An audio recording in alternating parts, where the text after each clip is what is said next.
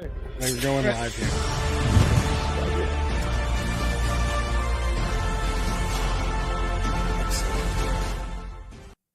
And we're live with myself, the tallest man at 40K, Brad Chester.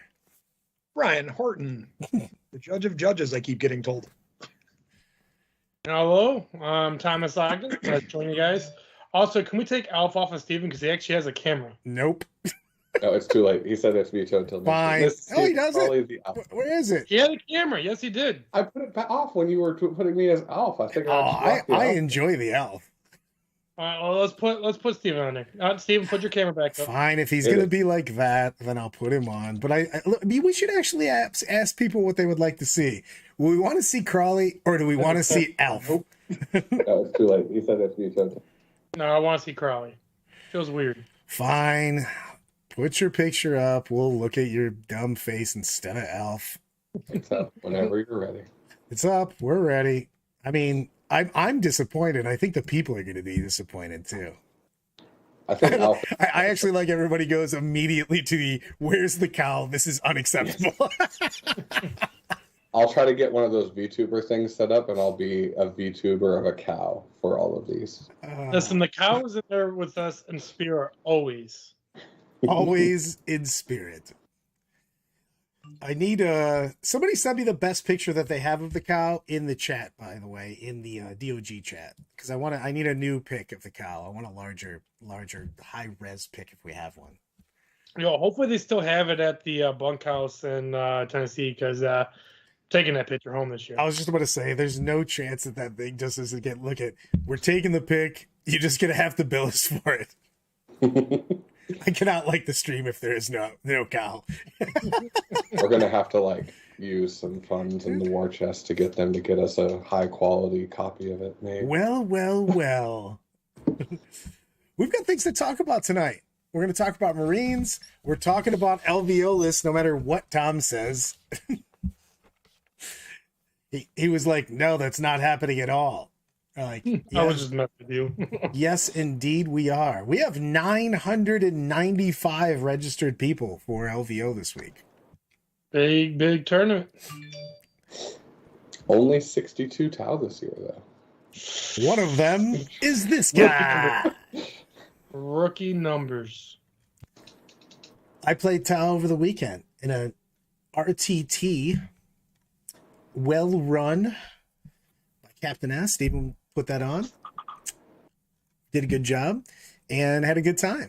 I liked running it. I liked running the cowfish. Crude hounds. Ugh. Disgusting. It's like, Tom, those guys don't have guns and fly. Why would I ever put them in my list? I mean, now that they don't make me take my one troop trace that I had to take before, I don't even have crew. All right, no one has put that picture up yet, so I'm really upset with everyone. I'm not even mad. I'm just disappointed. All right, Brad, you want to talk about LVO first, or you want to get into the Space Marine? I want to talk about LVO first. Let's talk about the list and stuff. Do we have... Oh, no! Did I just completely kill it and not have my breakdown of stats for everybody? Yep, completely. I'll send you. Yes, please. I was going to say, as usual, Brad and technology went hand in hand, and I had all the breakdown of what was in everybody's list, and then I closed it because, well, I've got old man brain. Because you're Brad. I was going to say, Customs rocked Adelaide. That is a real thing. Liam Hackett smashed everyone, actually. He put up giant scores. What tournament was that? Adelaide Uprising final results. 228 players. Arcs of Omen, Australia's answer to LVO. Custodes, Liam Hackett. Then we had Dark Angels, Tau, Demons, Custodes, Night Renegades, Admech, Demons, and Eldar as the full top 10. All right. It's also super fascinating because they increased the number of terrain from day 1 to day 2 on the upper tables. Oh, really? I didn't know that. Yeah. So why did they do that? Is there not enough terrain on there? Because they were like, screw Tau? I don't know if it was sparse or if Tau was doing too well, but I think that might have contributed to our custode friendlies Well, Rise. it is funny because the both Tau players were doing really, really well, and then their last games were not really, really well. Unless you're playing Tamabunga, it is. It's very difficult when you don't have long sight lines. True that. True dat. So we've got some stuff. I still think that Custodes are the most underrated army that got buffed right now. I don't put them as the top, but I definitely think that people weren't talking about them. Their buffs are crazy because they got all their old shit back. I mean, that's the thing from LVO last year was that Custodes without the nerfs were powerful. And they're not nerfed. They're back to being, you know, a in the top 6 armies, I would say. Yeah. I mean, they're the thing is I think that the Ark of the Covenant is going to be very, very open to a lot of different armies to be played because you're going to see just a lot of damage. It's going to be a holy shit, everybody's got so much damage meta for sure, but I think it's going to be fun. Shiny Marines. Boy, you've got the free Buddha orcs coming in. Yeah, there's a lot of shit we could play. So what's everybody bring into LVO? We talked about this a little bit on this. Is there any of the lists for going into LVO that you guys have checked out that are like, that's a badass list, or you're surprised by some of the lists? I mean, that would require you to actually look at the list, and that's homework. And you know, the thing that I say we should be doing all the time, and you're like, nah, I ain't going out like that. So considering I'm not judging at LVO this year, this is the first year I can go, I haven't looked at any list. There were some interesting ones that came across. Jack Harpster running Blood Angels for this was a very interesting choice, considering the meta being going back into December. Well, the thing, wanted to discuss about that. Well, the thing is with that, it's because of the LVO. I think that he's really rolling the dice on how many magic box terrains he's going to be on, because most of the middle pieces don't have windows all around, but not all of them. So there's some where you can actually put people in the corners and have no one able to see you at all. You know what I mean? Well, don't forget that they've also added to some of those terrains that all the first floor block line of sight. And you have to look at your map to make sure that they have that. Because if they have, if I remember correctly, it was an F marking on the terrain map. That meant first floor blocks line of sight. So that's only on the biggest piece for each one, right? So Orc Terrain, the giant Stadium L, on the ruins. Yep, whatever like the big piece is basically says it's first floor block completely. Yep. So that's a big thing. So you can play, but there's also a couple pieces of like the Orc board, for instance. There's the Orc Tower that you can just deploy inside, and it has no windows. It's a magic box, basically. And the Stronghold in the middle, not all of them, but some of them have the corners where there's no windows. So you could actually jam units into those corners and have no one see you, or they would have to come way up and, you know, shoot back down to get line of sight on you. And that's still something that's super exciting for a Blood Angels person to do. You're like, hey, you ran super close to my army to get some line of sight. Cool. That seems like something we're okay with. So then that brings up a question, because this is only like my third FLG event. When it comes to that, do you have to have the capability of putting your model in the location, or if it has the breachable keyword, then you can just stand in the bottom regardless? You can. It has to fit still, but there's a ton of their terrain that you can't pull them off. Like the Orc Stronghold, for instance, that is one piece. You're allowed to deploy inside of it and basically mark it by standing on top. So as long as you fit in that spot, you can be where you want to. And some of those are very ridiculous for people. You know what I mean? If you're playing Knights and your opponent's able to get slightly more than 1 inch away, because they are using WTC rules. So if you have the breachable keyword, your infantry and stuff, you can just assault people. They can't stop you from making that assault, which is a huge, huge deal that FLG is doing right now, using those WTC rules, because you can't just line a box and make it so people can't charge you, which I really love, but you can still stop, you know, dreadnoughts, knights, anything. The worst keyword of all time, cavalry, from making it. And It's so, but they have multiple magic boxes still in existence at LVO. So, and I know they hate that term, but everybody's used it forever. So we're going to keep calling it that. I think magic boxes is such a horrible thing for competitive play. I just absolutely hate it. It says the tile player. I agree. Well, I mean, FLG's purpose when they go into their terrain document is that they wanted to get rid of magic boxes, but then if we're not getting rid of magic boxes, it creates a weird dynamic, right? We got rid of some. We got rid of, I would even say most of the magic boxes, because we used to play the other boxes as magic boxes. That was a couple years ago, and all the rest of us from east of the Mississippi were all looking at all the West Coast players, and there was a million Blood Angels players, and we're like, why is everybody bringing Blood Angels? And then we got to the event and went, oh, because they could just deploy here and I can't see them or shoot them. Mm-hmm. Oh, Anna, 100% on that.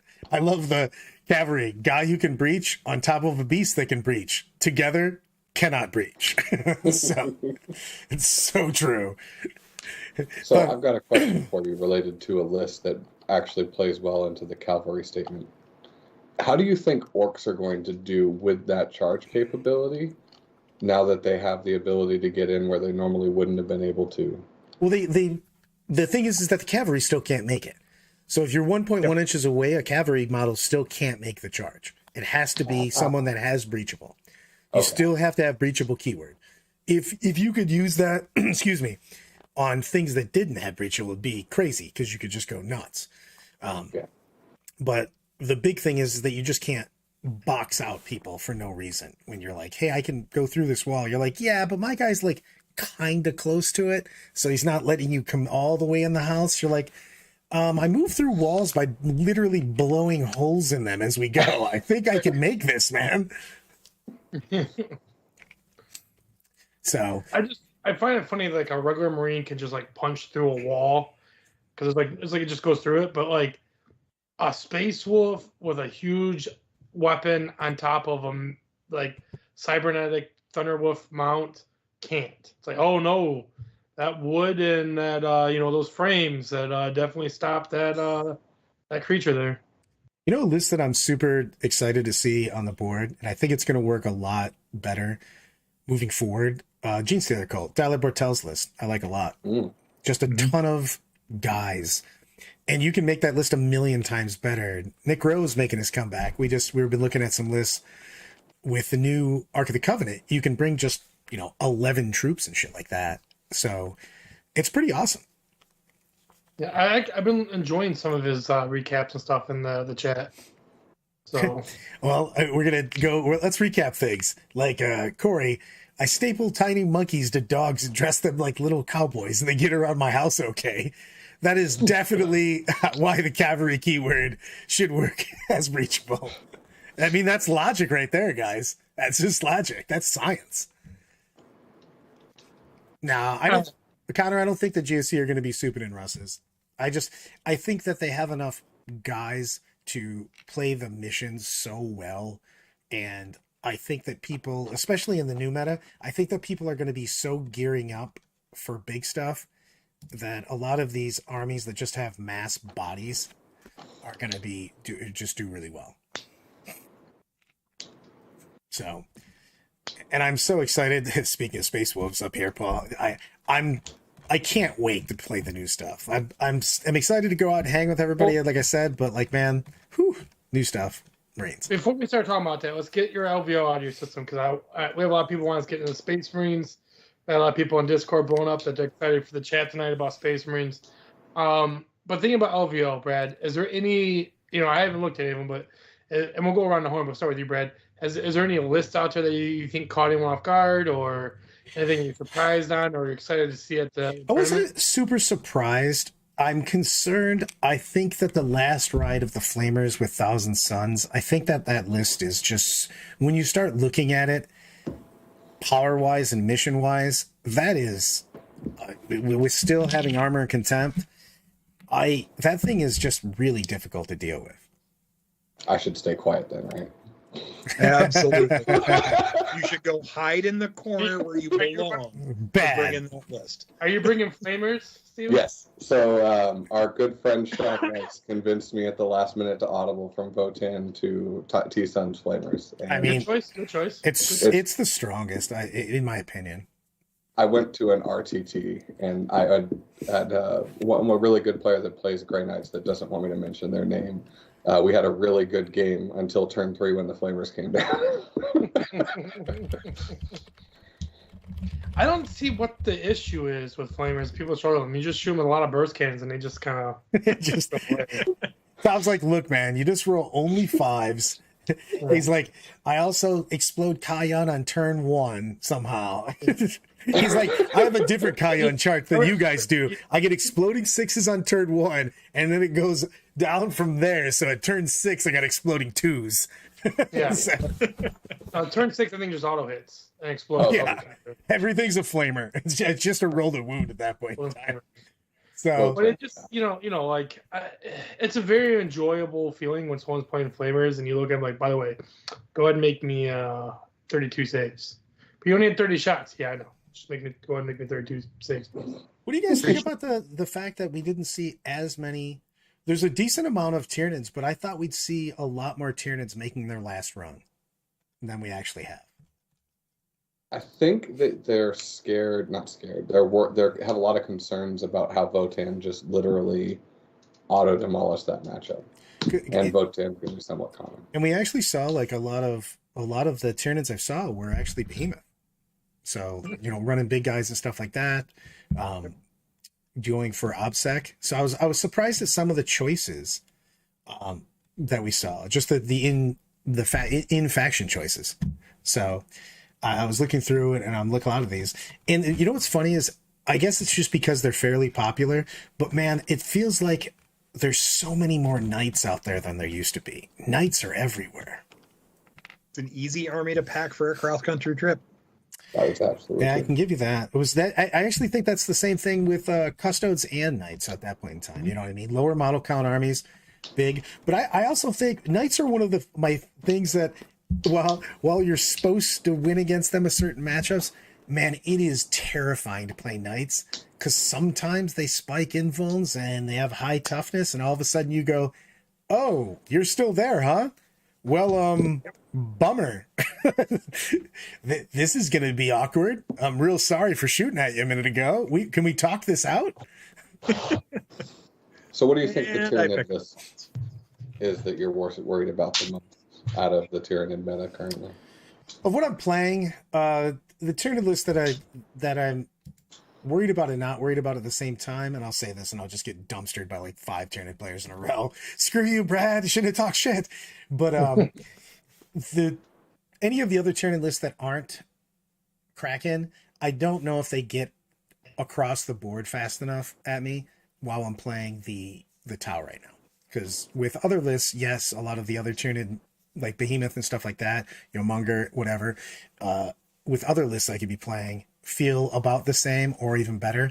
But I'm really just worried about you crossing the Rubicon coming at me with the Tau. I want you stay over there, I'll shoot you from over here, and we'll see how that works out. So, but I was looking at a lot of these, and I'm just, we see a lot of different stuff. I'm super excited. I don't know, like when you look at what everybody brought to Adelaide, and then you look at LVO, and while I'm super excited for LVO again, and I still think I get why they made their decision, man, it is wild looking at the list that showed up for Adelaide and Australia compared to what we're bringing here. Well, let's get into that real quick. But before we do that, I promised Jonathan, our new editor, that we would start doing this more often. Everyone's watching. If you give us some thumbs ups, please. Give us some likes. Likes and subscribes. If you wouldn't mind, please. It helps us out a lot. Trying to get up there. It's 12th episode of the show. So technically that's 3 months, guys. 3 months. Holy shit. Nice. But if you guys can help us keep growing, we appreciate it. And now that being said, Brad, let's get into some Marine talk. Marines. We're talking about out of here. Yeah, we're talking about the new meta coming up. We're excited about Marines, right? I mean, I'm excited about Marines. Brad's excited about Marines. I'm super excited about Marines because I get to bring my Sallies out. Even though I didn't play over the weekend, I had Lyle play my list with my models. I actually brought models that I own. And this is how messed up I am, because I brought models that I actually own, and I made someone else play with them, and I used their models to make sure I kept my streak alive of not using anything that I own at a tournament. I don't know if I've played something that's mine in a long time. Well, while we're gonna go around the horn, and all of us pick our favorite Marine factions and what we think is gonna be the strongest. Everyone in chat, go ahead and tell us what you guys think, and we'll try to pick a couple of interesting ones out. Go from there. But let's start with Brad. Brad, your favorite's obviously Salamanders. Do you think they're gonna be the strongest Marines? And if not, what do you think is gonna be the strongest Marines? I don't know if they're going to be the strongest Marines. I think they have one of the most potential, because I think you're going to have to deal with guard for one, and they do a great job of that with having multiple things that give you +1 to wound, because they've got +1 to wound with the Melta and the Flamers, and then they've got the Strat for +1 to wound in shooting and close combat. So they have the ability to deuce out tons of Lehman Russes very quickly, and they've got the ability to kill Horde. And they actually, the ability to use their +1 on your armor save is actually a big deal, because they've got the Gravis Strat and then you've got a Salamander Strat. And I think that their strats are just really, really strong. As far as who I think is probably the strongest, I think that Space Wolves probably have the highest ceiling, but they have a very low floor, because if you mess up playing them, you can just get rickrolled. And I think that Iron Hands are probably going to be the most played. Okay.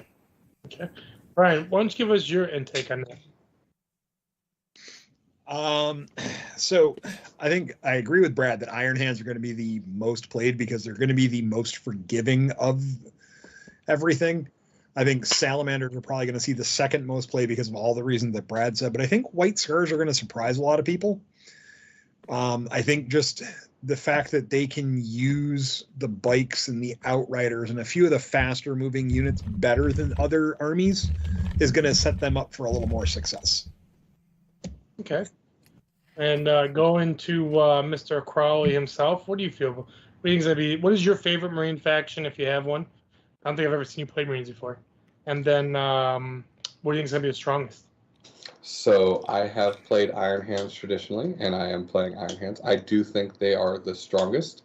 I have a couple reasons, because I'm only 16 games deep with them so far. 8 don't count because they're double Estrella so far. The efficiency that you get out of the amount of rerolls as 8th edition level of rerolls is incredibly strong. I think that a lot of Marine lists are not going to rely along having a librarian for 5-ups, whereas Iron Hands can castle up using those. They have the most obviously easy secondaries to score, because they literally get a 15 in Codex Warfare for just showing up. And I think with their mobility and the T8 levels, I think that Brad's right. The initial reaction is going to be dealing with armor, which is going to see them trend downwards immediately. But I think that they're going to spike back up, because the meta is going to react to that armor change. But they have more durability with that if you can get the librarian in there for the 5-up for the 5-up. High steel armor, so good. Yep. And then the 6-up feel no pain that's innately, and then the +1 to save that you can give to your brick for the middle for the thing. So yeah, in the long run, I think Iron Hands is going to come out on top. I think that you'll see very technical other chapters do well. I just think that secondaries become a problem for other Space Marine factions, because anything that's out in the open will just evaporate. And it takes a very technical player to be able to play around the other aspects of the game currently. I think that's a pretty good answer. I agree with a lot of things you guys said. I think Iron Hands will be the most played, just because it was the most played in 8th edition. They have a lot of tools. I think they're another Tau type army in a way, to where it's real easy for a lot of people to pick up Tau and do well with them. But to really take it to like the full win in the current meta, you have to really like understand the army and play to its strengths. But for me, I think there's a couple armies that we had Brian hit up. I think White Scars has a couple builds that could be really scary good. I think Raven Guard can kind of bring almost our 8th edition list back, which I think it could be pretty strong. I think Salamanders are insanely strong. I think they're probably the strongest Space Marine chapter, just because of some tricks they can do. I don't know if Brad mentioned it, but do you know how to maximize your Flamer list or your Flamers? can be really good against Horde. So it's a quick way of just destroying Horde armies. But also, I think I think Templars have an insanely good build. I know a lot of people are talking about some lists that's been played out recently where they're like compulsor spam or body spam. I also think they have a really good mech build that no one's talking about. For one, their vehicles can get multi-meltas for free in place of their little pinto-mounted weapons, usually like an iron hail stubber or something. But they also can get invulns on every one of their vehicles.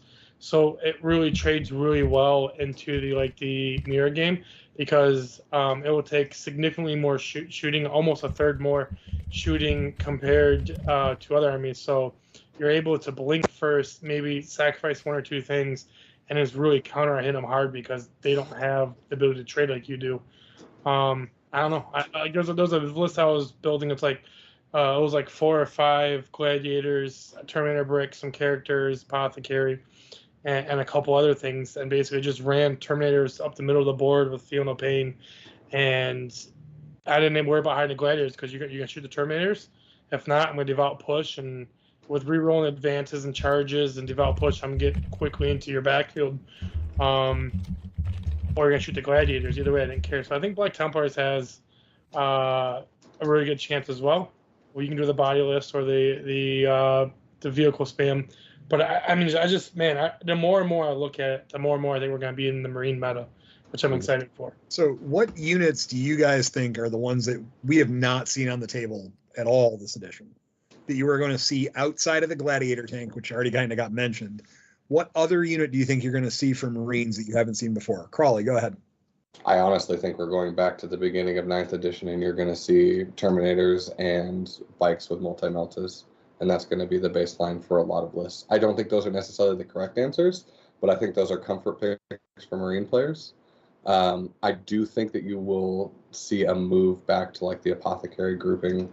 I mean, it just depends. You're either going to build your list for shock tactics and O's, or you're going to build your list for Dev Doctrine and for the opposite, right? Because basically the other ones, Codex Warfare is a trap unless you can reliably kill 5 things in Dev Doctrine before you switch.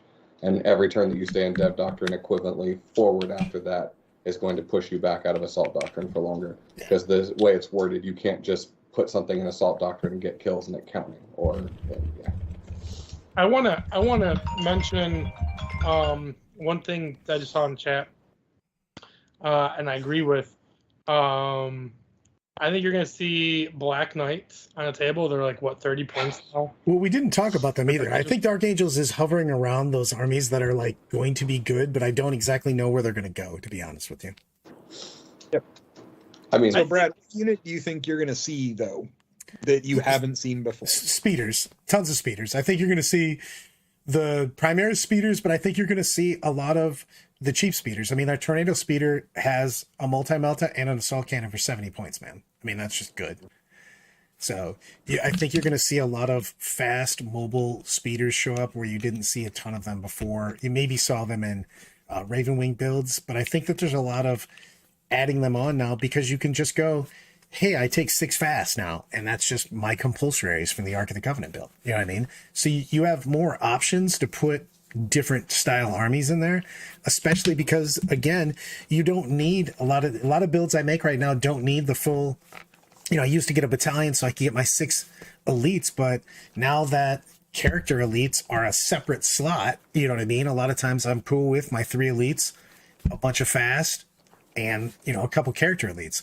And that's a big deal on that because you can put things together that you couldn't before and they fit in. So you can sneak in a couple more slots of something that's cheap and fast. And those speeders are really cheap, and even the Primaris speeders went down so much in cost. Yeah, 125 points for, I think it's the Thunderstrike as the middle one, is a really good price point.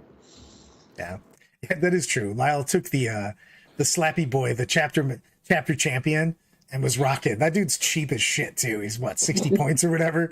Yeah, he's super cheap now. I do want to correct him on one thing though. I actually ran the chapter champion multiple times as Black Templar. Brad used to argue me about him because I always fight first against character stuff. That model that I had custom built, Lyle, do you remember what I'm talking about? That's for the chapter champion. So Tom Adam custom. Don't let him lie. Tom Adam custom build. He's actually the same size as a grot, so you can never see him. He's always sneaking in, making those heroics because you were like, Lyle knows the model. it's like, where is this guy? Custom built it for me. I paid $400 for that model, so fuck you. Brandon, I have to disagree about tornadoes being bad. I think it's what you expect tornadoes to do, right? Oh, So they cheeky in an as Iron shit. Hands list, it's a real good oath model that you can just chuck on the middle and say, deal with me. And if you don't deal with me, then I score O's, and you're getting shots into something that you really want them to kill rather than things that you don't want them to kill. I've played a decent amount of games with those guys, the tornado speeders, so far, and they survive quite a bit because you're barely peeking them out, and they're shooting at something, and then your opponent has to deal with, like, for instance, the salamanders or the space wolves, all that stuff that's dropping in scepters, termies, aggressors, all that stuff that's, you know, pushing up, and then you've got a speeder barely sneaking his head out of the corner, and you're like, yeah, man, you gonna deal with that stuff, or are you gonna try to angle over here to get this speeder? So it's not, you know, changing the world, but it is getting 2 Melta shots and 6 assault cannon shots usually for a long time. Yeah. So Tom, what units do you think you're going to see that you haven't seen? Oh, Black Knights, I think will be on there. I think you'll see Suppressor spam again. We haven't seen since the beginning of the 8th. Sternguard Vets are making a comeback right now. That's pretty good. Vanguard Vets without jump packs are making a presence known in some list right now. Here's one. You guys ready for this one? Hit me. I've seen these guys in forever, and they're gonna tear up the scene. Firstborn Terminators. Heard it here first. Assault Terminators. Turns out when they're 30 points apiece with a Thunderhammer and a Storm Shield that they're 33. Nice try, though. I'm sorry, 33. 33 points. They do 3 points. No, they're making a comeback. Last Cannon Devs, Joe, have been my MVP so far. I love those guys now. 115 points. And the sergeant literally stole every piece of war gear he could get his hands on. My whole story for the sergeant from any Devastator squad is that they snuck into the middle of the night into the armory and just took anything they could get their hands on because they have the most random assortment of shit. I literally have 4 guys with last cannons and a sergeant with a Combine Melta and a Thunderhammer. And you're like, why do you have that stuff? He's like, shut up, Ted. This is what I come with. You're like, that doesn't seem right. Be quiet. I got this. I also like how like Thunderhammers are supposed to like really rare fluff wise, and like everyone with a Primaris intercession is gonna have just like a random Thunderhammer in there. It's like, yep, I got one. You can get them at the dollar store now. Yeah, they're just giving them away. You're gonna find out when you swing, and like, this isn't a Thunderhammer. It's a paper mache thing. It just says bang when I hit somebody with it. It's like all of a sudden those extra backpacks for the Devastator sergeants where you're like, I'll be in my bets box forever. And you're like, oh, and to make a Combi Melta Thunderhammer guy. All right, here we go. I also think Executioners have a chance of making a comeback in some list, and Astraeus. See the big stuff. There's so many big things that can kill you, man.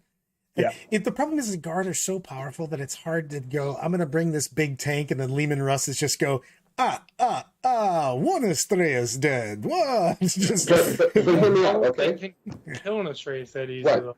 And Astraeus takes almost an entire guard's list of shooting to kill with Ironstone and a 5-up invul. Yeah, it's a pain in the ass. Like, it's got 36 wounds if you count its void shields. You have to time your shots right, where you're putting things into the void shields and not letting your Vindicators eat into that. Or, sorry, Vanquishers, which I don't know. The one that does the Hammer Strike wannabe. Executioners. Yeah, there you go. But you don't want to waste your Hammerhead shots into the void shields, so it creates this really weird dynamic for you of having to get the right shots in there to break the void shields and then not accidentally. You're just going to be sad when a unit of freaking car skins goes, hey, is that a big tank? Pew, pew, pew, pew, pew. It just kills you. And you're like, I don't understand what just happened. I hate rules like that, by the way, because it's for somebody who's like known, not me, by the way, totally Brad. That's what I'm talking about here.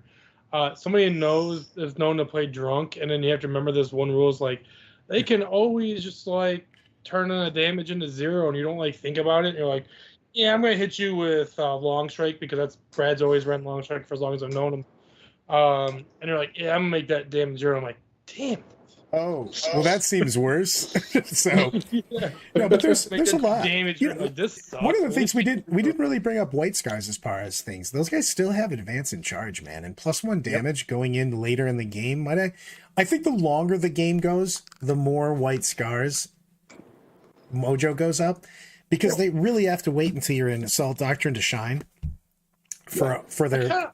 Well, the fact that you can bring a lot of their stuff, because strategic reserves are free now. Right. So I think things like Outriders, which have a really good amount of shooting when they come in, and then you're going to have move, charge, and everything else. You can clear out the chaff, stay far enough away and in a good position, and then play around with them. I think White Scar's got a lot of power that just hasn't yet been tapped.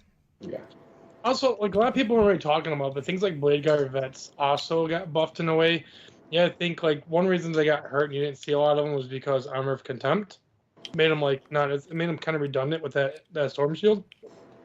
For 35 points, yeah, they didn't go down points, but they were already fantastically pointed at 35 points. You know, it's basically the same profile of the Terminator, except you have access to why can't they name the strat now? The Transhuman.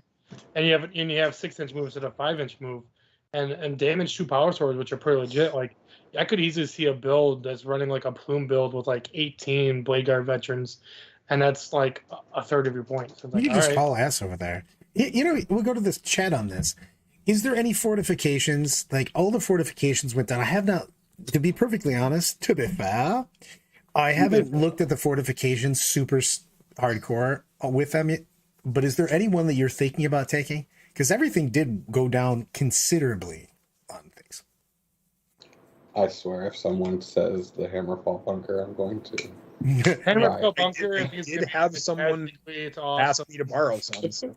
If the Hammerfall Bunker met its lore and you could actually drop it in like a drop pod, I think it would have merit and play. But the fact that you have to deploy it like a fortification makes me so sad. Even at 100 points, it's not good. No, but if I could drop it on the middle for free, it's like the old drop pod conundrum, right? Late 8th, early 9th, drop pods were good just because you could drop them somewhere, and they were just a pain in the neck to kill enough at that point, where it was enough to be frustrating, as long as your opponent didn't accidentally just engage them and you could never shoot them for the rest of the game. But nowadays, like, the damage is so high, you're like, oh, T6 and like 6 wounds, that's going to get killed by some chaff pistols nowadays. Matt, I'm going to go into this because this is per the tournament you go to. Because fortifications can effectively remove area terrain features from the boards and arcs. It depends on where you are, to be perfectly honest. Some tournaments say that you replace a piece of terrain. Others say you just move things around. Other tournaments just say if you can't make it fit, you literally you're out of luck kind of thing. So it goes on. Basically, email your TO or give them a call before you decide to submit your list, because you definitely don't want to bring a giant piece of terrain and then just not be able to play with it. Right. WTC still has fortifications banned, right? Yes. Yeah, that's what I thought. For specifically that thing, because they make, when you go to WTC and you play on their maps are specifically designed for the terrain not to be moved at all. Mm-hmm. GW terrain, if you go to a GW Open, allows you to place it anywhere on the footprint, which is pretty okay. You can literally place your fort inside their terrain, basically. Yep. The servo turret, and we've got the people bringing the bunkers. Hammer bunkers, they're going in. Dropping from the sky. They should be able to deep strike, by the way. They do have jets on them. So I have a question for you guys. Do we think Marines have it in them to overtake Guard as the top dog of this meta we're about to go into? No. I don't know. They're going to be go ahead. In the hands of the right player, yes. I don't know that if that same player was playing Guard that it would change their position, though. I agree on that, because Guard it. I think that Marines can beat Guard. But Marines don't have any just auto wins, and Guard does. Yep. So I mean, the issue. Let's say Karskins get nerfed, because we all know what's happening, right? Even then. even then they win against all the T3 armies because of their indirect. Yep. And the thing is that the Guard aren't just automatically winning every tournament, but I do think you have an easier run because you just, anytime you go into a 5, 6, up to 9, game tournament, you need a couple easy wins. You know what I mean? Sometimes because you have mental fatigue over the weekend, and getting a couple easy wins really takes the threat off, of just moving through. I mean, the honest answer comes down to a couple of things. One, Space Marines defense is not going up, it's actually going down. Anything that you're building to deal with any kind of other defensive profile handles Marines accidentally. Yeah. So a good competitive player is going to build for how to deal with guard tanks. If you can deal with guard tanks, you can deal with Marine tanks, right? It's the same with any of the other questions, right? Like, we have MEQ and all that for a reason. So the issue becomes most competitive players that are trying to get high scores in the beginning before Guard get data slated. Not that I know that Guard are getting data slated, just assuming based upon prior events. They will be able to answer Marines, but Marines are still going to be just like Custodes were even now, where they're a good middle table, super good, strong army that can do really well occasionally. They just surprise you with their performance sometimes. It's just a matter of if anything that can deal with a specific archetype can deal with Marines of that same archetype. And I still think you're going to see, like, Votann and Tau are still going to pick up Marines even faster than they did before now. Without Right. Armor Contempt, man, bikes are just not something the Marines want to see. Now it's almost worth giving, like, your burst cannons +1 AP and make them AP1. Like, before, like, you never did that. He's like, all right, Armor Contempt, just eat it. Right. And that's a big thing on that. I mean, just think about Votann bikes. And Votann bikes, crisis suits, both target locked, and the lights, both of those are ignoring cover. So you're just taking Marines either to a 3-up save or a 4-up save, just with AP1, and just putting a huge amount of shots into them. The thing is that Marines are going to be super lethal, but fairly easy to pick up. Right. Yep. I mean, I think that's a little bit of what Guard was suffering up till this point, right? Because Guard was pretty lethal up to this point, but they weren't points efficient and they were pretty fragile. So that's why they weren't doing well. And it's just going to be the same thing that Marines is suffering now. But the holy trifecta of Guard, Tau, and Votann are going to be dancing in an endless waltz, and then something hopefully will be able to come pick them up in melee that actually scares them in an Unga Bunga fashion, like World Eaters. Matto's got a good one. Hey, Matt's got a good point on this. He goes, we were talking about if the Marines get a chance of getting whacked at the same time as Guard in March. I think that there's a chance that the Marine and Guard win rates are actually going to be lower than you think they are, than they actually are, because so many players have those armies that a ton of new players are actually going to be playing them, and bring that number down, because I think you're going to see a lot of that. There's going to be a huge traffic jam at the bottom of S tier, the top of A tier, if you're doing a tier list kind of thing. I think there's going to be a huge amount of armies in there. Remember, if you take Marines holistically, and you even look at LVO numbers currently when they are deemed to be subpar, they exceed both Tyranids and Tau by a good chunk. But you have to take them holistically. They're the most populous faction always. And if they're good, obviously you'll see them played more and more and more. And that's one of the things that I say is, as we think we're going into the Marine meta and the Guard meta, what other armies can skew to kill them and do well versus everything else? Like, I think AdMech's going to see a huge uptick in win rate and play because they have the answers to deal with a lot of that stuff, and they go nice MSU and they can trade up really well. And especially with 5-up invul saves all over the place on that army, it's really interesting. I guess the question though is what in AdMech is able to reliably deal with the tank spam that we're seeing, or for instance in the Tau when you're talking about like suits and riptides, or in Votann when you're talking about like the tanks, right? That's a difficult nut to crack, and usually your anti-armor in an AdMech list is going to be your X number of unit of laser chickens, right? I think you're going to start seeing the battle servitors. Okay. I think you're gonna see chicken that's- walkers all over the place. They're super And you're good going to now. see chicken walkers everywhere. 18 chicken walkers. Let's go. I don't know. If Well, that's for we you. were talking a couple of weeks ago. People are sleeping on Drakari. The problem, right? I think that Drakari, if Marines make a comeback, Drakari kind of makes a comeback. But the problem is that Drakari just gets crushed if you go equal player by Guard. It's such a bad match. We've got to remember the reason that Drakari did as well as they did was because we were in a Marine equivalent meta for a very long time. Exactly. They play very They had well. broken flamers. Hold up a minute. Hold on, no. They had absolutely broken flamers. Even after liquefiers. Even after liquefiers, they still did very, very well into Marines. And Yep. that is why they had a really good win I rate mean, for a while. anyone did good in Marines at the time. You could just sneeze at them. Well, no, not when Death Guard first came out. Death Guard literally murdered every Marine build that was out there possible, and then Drakari came out and solved that. But we still had the problem of Drakari all the way up through January this year, I want to say, when that data slate came out, when they gutted the Talos and... Well, they had already beat up a lot on the regular list, where and then everybody switched to the thick city type list. Right. But I thought that those were...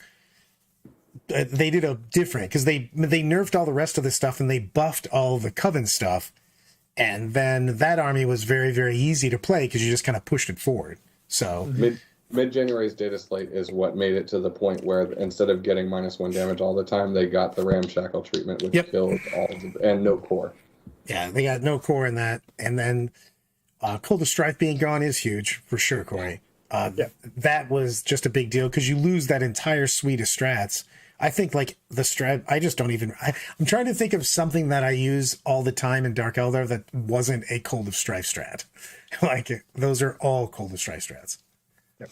So I mean, I see people as saying stuff like you have to play Marines or wait. It's not even close to that. There's so many builds for so many factions. Like even NIDs have cheeky builds where you can build a bunch of Carnifexes and just roll the table with Carnifexes. yeah, I already got one of those going on. That's what I'm playing at LVO. What are you talking about? I'm playing Oops All Carnifexes.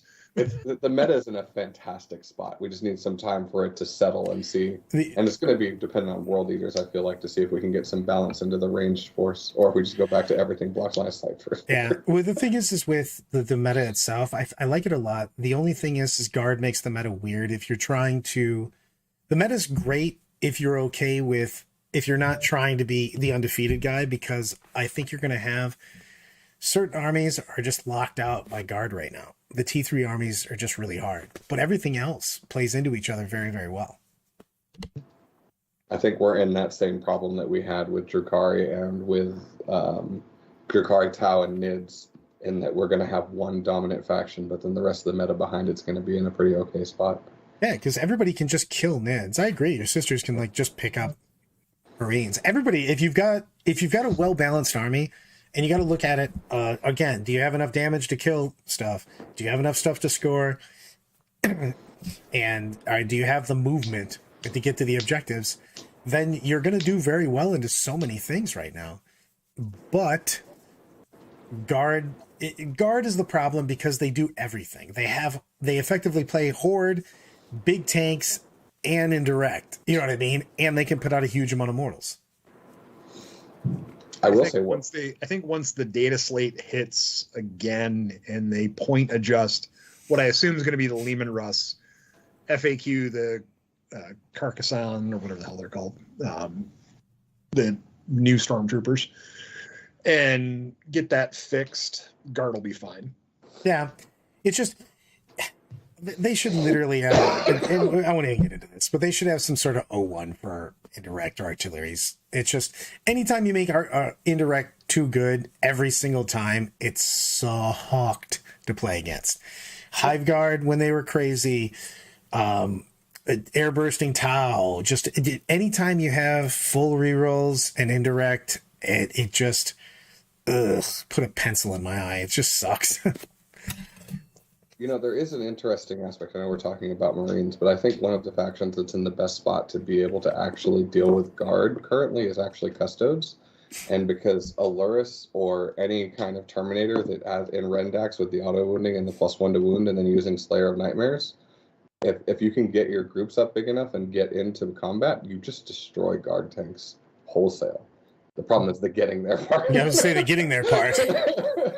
Deep strike and roll a 9, Brad. Just deep strike Just and roll YOLO swag it. Just who needs tactics when you can roll well?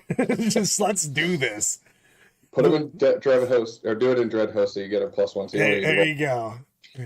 If you're gonna go for that, at least go for like Space Wolves and just run up and do wolf-in rerollable 7-inch charges off deep strikes with the chaplain. Just go for it. But there's stuff. That's the thing is, I think there's lots of options for sure, and I'm very excited for the new stuff. So I just am, because I think that I like a very killy meta, because I don't like stuff that just sits there and is durable and you just kind of go, ooh, I'm moving this to the middle and you can't kill it. That's lame. That's a boring meta.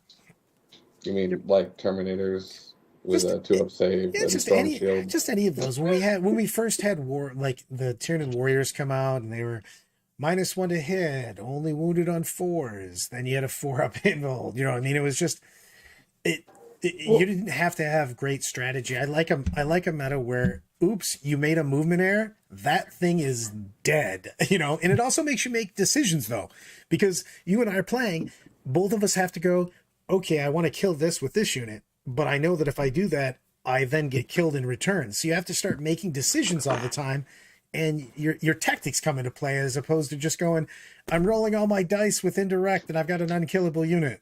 Boring. So I want to hit one thing I've seen people talk about in chat. Two things actually before we get into it. One, supposed to have our show taken over by editor. I don't know where he is tonight. So, is somebody just win a Final Fantasy battle? That's my brother's ringtone. Good choice. But so the show is getting fixed. We promise. We're getting some better graphics and stuff. Two, Mr. Lyle Dix himself will be taking over Patreon, because me and Brad, let's just be honest, we don't do a good job. So that's getting fixed. More stuff finder. So I'll make sure I get Lyle logins tonight. And number 3, I had people talk about Black Templars and a couple of questions on them.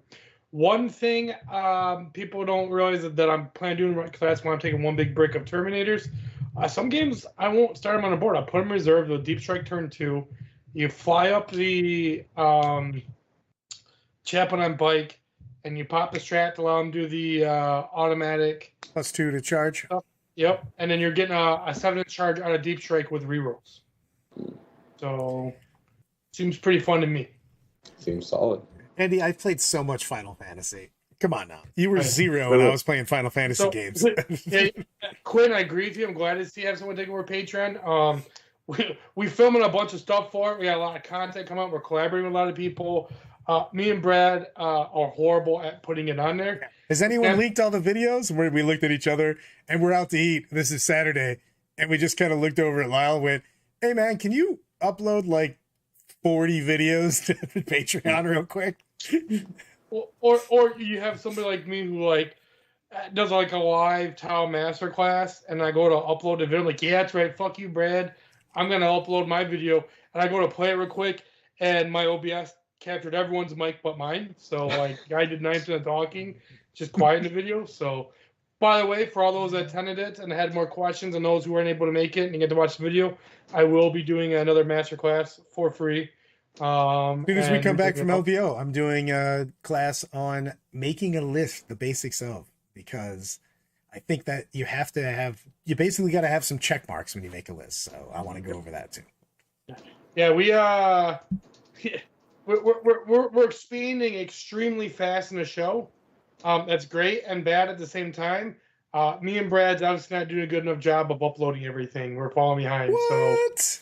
So Lyle was like, we were at the dinner after the RGT. He's like, all right, guys, just give me a log and I'll do it, because you guys are like 2 grown children. What's going on? That's a good question, everyone. What's going on Thursday for the old man chat? So I will be getting off the plane about the time that we're usually supposed to be going live. So we're debating right now on meeting up at restaurant bar and doing a stream from Vegas, or we're going to just put everything involved in one recap video. I still think when you get to the hotel, we just find a place to sit down and we just chat on a camera for however long we decide to do it, and the entire time we just drink. I mean, I don't understand. Was there another option? I am down, but this sounds scary. Hear me out real quick. Live streaming drinking. Oh no, it's going to be a lot of bananas. Hold up, hear me out. I land at like 8:30 p.m. Thursday night. You're in charge of picking up Britt then. Yeah, she can just. I'll wait for her, and she can just go in my Uber with me. Whether or not we hit dispensary anywhere, that is to be determined. Secondly, I think we wait and we just do a show at 10 o'clock of us just drinking, talking about LVO. I mean, what you're saying is after the 10 o'clock Eastern time or 10 o'clock Pacific time? 10 o'clock Eastern time. Or no, it would be 10 o'clock Pacific time. It would be 1 in the morning. 10 o'clock Pacific. It would literally be 1 in the morning, man. Yeah, who cares? People click it the next day. We can watch us be drunk. Exactly. It's Matt, we're definitely going to need the Janet Jackson delay timer. We're going to have John, like, be in charge of this. A laptop camera on a table, Brad. Me and you can scrim at 1 o'clock in the morning. I mean, are we doing ACO where me and Brad decided well, that was the Lyle where he goes, we need this year's version of Tom Can't Beat Me video. We'll have to come up every time something happens that we'll have to take a shot and let the stream be involved. That would be hilarious. I'm down with that. If people want to if everybody wants to hang out with a late stream, because I mean we'll definitely have to have the safe word of bananas going and the delay on the stream, because we'll also have Britt there, and she is known to say things that she's thinking out loud, which is hilarious also. On the other side of the table, away from the mic. Canceled. Britt is fully willing to say some shit. I mean, if Brad's gonna get blamed and canceled over a comment he didn't even make, well, we're beyond that. Let's move on. We're beyond that anyway. Hold on a minute. No, we're not. No, we're not. No. We're literally using the Tom button. No. No. As we were saying. As we were saying, GW reveals it. Oh, that's true. GW reveals are going to be that time. Well, Tom doesn't even arrive until 8:15, right? The stream starts at 8. No, GW. What time's the GW stream? It's at 8 Pacific, right? No, it's at 10 o'clock. 10 Pacific. 10 Pacific. Why don't we move the show to Saturday and we can get like the show talking about the first few days of LVO, and we could just move it to Friday night and just have fun. Well, I think it'd be fun doing it Saturday because then we could talk about the top 16.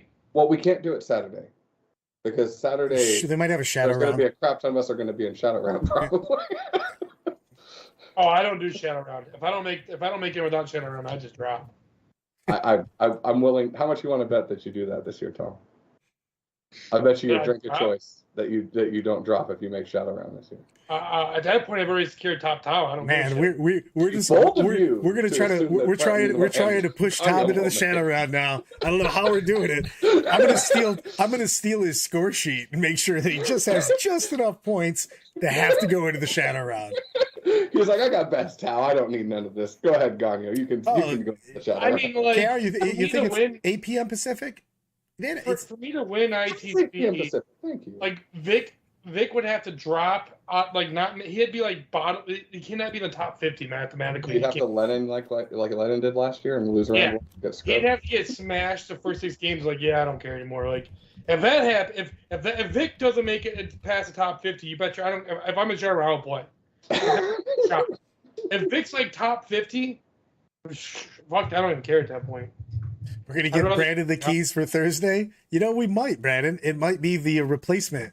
It will be the other guys. We'll have to call it that too. The other guys stream.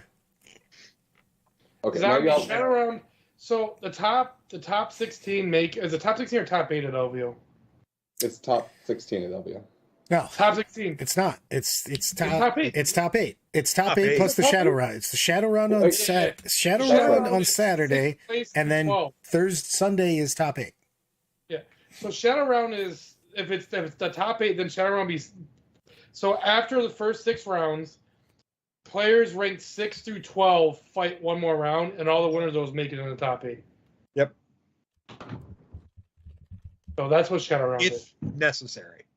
Right. they've got, It's like, going to a be the certain debut amount of the it. Lyle and Kyle show.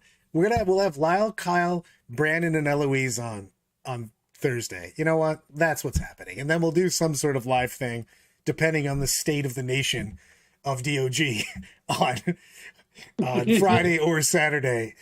Put it this way: if you see a notification that we're live and it's late, you want to join because we're going to say stuff and things. I'm calling it now, though. I'm not going to have a drink at LVO. I haven't drank the last 3 events. I haven't drank in 2 months. I'm going to try my best to have my first LVO ever with 0 drinks. Tom, are you going to make me be dry this weekend? Come on, man. No, you Brad gets hammer story on me. I'm fine with it. I don't know. I mean, I'll probably be Tom, you have to have one with me. Just one. Well, I'm currently planning on my murder spree because Corey said he's going to put 150 cats in my house, and I will just die from that. So, Brian, if I have one, it doesn't ever stop at one. If you order Blue Long Islands like you did at Chicago, then you'll just throw them at me all night like you did. Or sorry, that was Brenton that ordered it, and then you threw it to make it even. Eddie, the Schmedium friends are always invited, my man. Oh man. All right, guys, we got to dance our way out.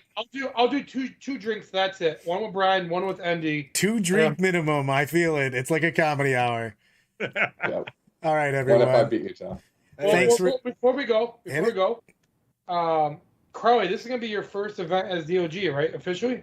Correct. First yes. big event. Yep. What? Yes, sir. I'm excited to see you represent us, man. You're a fantastic player, an even better sport. So it's gonna be an absolute pleasure to see you at LVO, and I am super looking forward to seeing you this season. I appreciate that, sir. I will try my best not to scrub out of the top this time.